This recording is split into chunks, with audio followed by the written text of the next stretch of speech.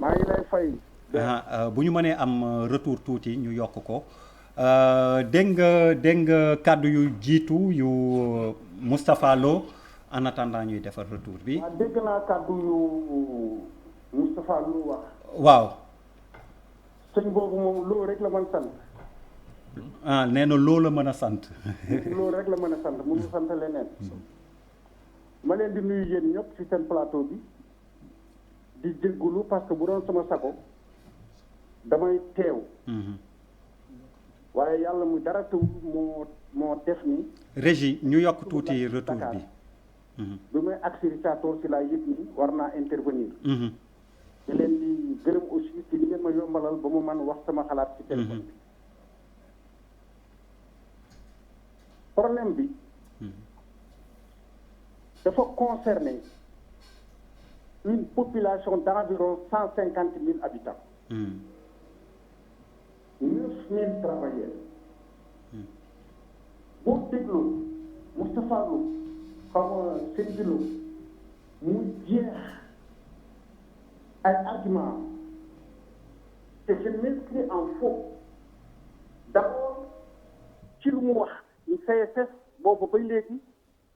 mënul atteindre lu mu waxante woon ak état bi produit yi mu waxoon ni daf koy liggéey mënu ko liggéey il est loin de ce qui se passe xamul lu xew c'est vrai que population Sénégal mi ngi yokku tenu ci compte CSS fi mu démarré ak tey nous sommes partis de 70 000 tonnes et nous sommes à 141 000 tonnes. La CSS mooy fabrique aujourd'hui de l'alcool pour toute la sous-région. Puis résidus. La CSS mi ngi defar ay gaz acétylène pour les soudeurs. Mais problème mu sucre bi il faut savoir que depuis le président Senghor en passant par le président Abdou Diouf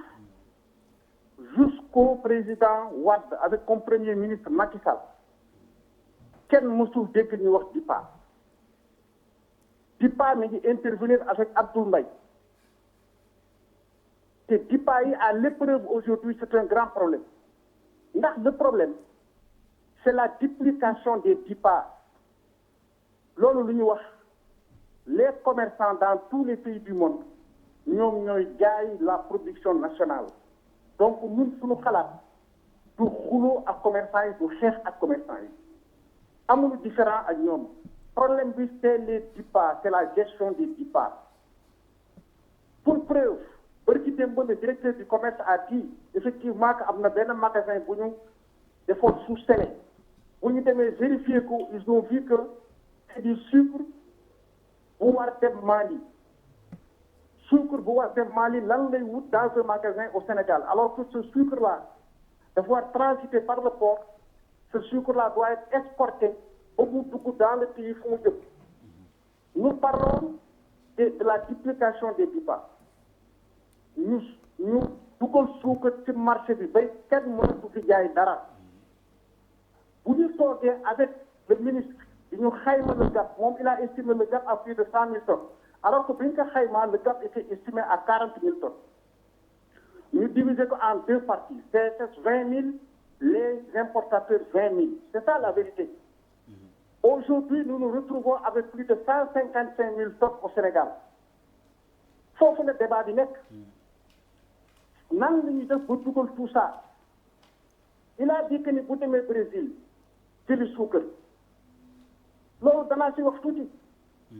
suukar bu ñuy jógee ci cim réew ce sont des excédents de production pour réguler les prix intérieurs de ces états-là parce que li ñuy produire ci suukar bi ñu ko déversé woon ci seen réew seen prix dafay daanu bu seen prix daanoo entreprise yi dañoo daanu les travailleurs ñu dem ci mbedd yi moo tax mu am ce phénomène de marché commun yana tubaab yi seen excédent de production duñu koy jaay ci addina bi brésiliens yi la même chose te brésiliens yi c'est encore pire bis bu ñu ajee suñu économie sur ces importations là parce que aujourd'hui tous les sucriers savent qu'au Brésil c'est deux systèmes c'est l'éthanol et le sucre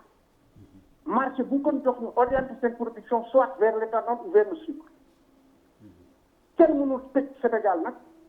ni kenn du ko industrialiser il y a aucun état au monde qui se développe sans industrialisation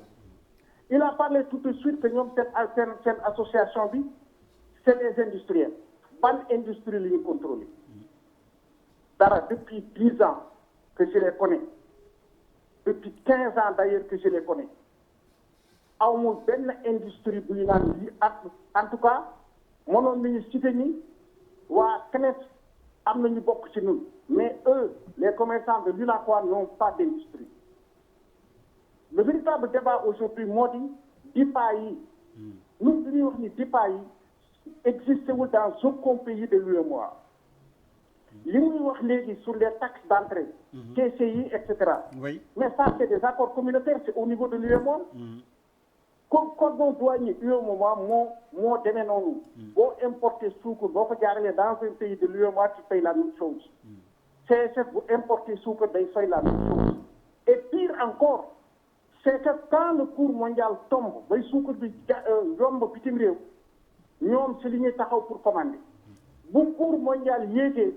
il ne commande rien du tout il laisse tout à la CSF qui commande et qui paye ses taxes et souvent même vend à perte pour dégg nga moom jox Sénégalais yi seen besoin en sucre c'est pour atteindre l'autosuffisance en sucre la CSS dafa def en chantier des réformes mais justement ma xëy nga baal ñu rek est-ce que du problème bi tamit foofu la nekk CSS bu mënoon a béy allo fu muy jëlee kaan te amul suuf il faut 3000 hectares de terre plantés en canne pour qu'on atteigne plus de 200 000 tonnes dégguma la voilà da nga may déglu ci téléphone bi j'ai compris que yaa ngi doon déglu ci télé bi pourtant bi ñuy débrief non télé bi dama ko fay sax voilà donc c'est bon c'est le décalage qui a fait que déggante wuñu non je dis est-ce que du problème bi fa la nekk bu doon CSS mi ngi mën na béy ak produire loo xam ni dootuñu soxla jéggaane ji est-ce que du régler problème bi tamit est-ce que le problème effectivement la CSS waxal ci kaw tuuti je vous entends pas non je dis est-ce que problème bi comprendre nga est-ce que problème bi du foofu la nekk le fait que mënu leen béy loo xam ni ak produire à l'usine loo xam ni doy na Sénégal xam nga loolu effectivement ma xari oui waaw maa ngi lay déglu yow rek la ñuy déglu dama ne la effectivement suñu objectif nous en tant que travailleurs les dirigeants de la compagnie sucrière ak dirigeants wu réew mi seen objectif moo di à terme CSS ak ci autosuffisance pour am autosuffisance CSS daf ko commencé liggéey il y a 2 ans il y a 2 ans dañu fixé woon comme objectif KT 150 on l'a atteint les 150 000 tonnes on peut les faire ñu defaat des extensions pour faire KT 200 ñu dem bay sur le plan industriel ñu pare ko maintenant ce qui manque c'est les terres pour planter les cannes de l'autosuffisance et c'est 3000 hectares si l'État donne 3000 hectares à la CSS aujourd'hui dans 2 ans on sera autosuffisant en sucre. ok dégg nañ la donc mun nga des ci ligne bi li nga yaa ngi à distance mais ci débat bi nga bokk mun nga intervenir à tout moment voilà vous pouvez intervenir à tout moment alors Serigne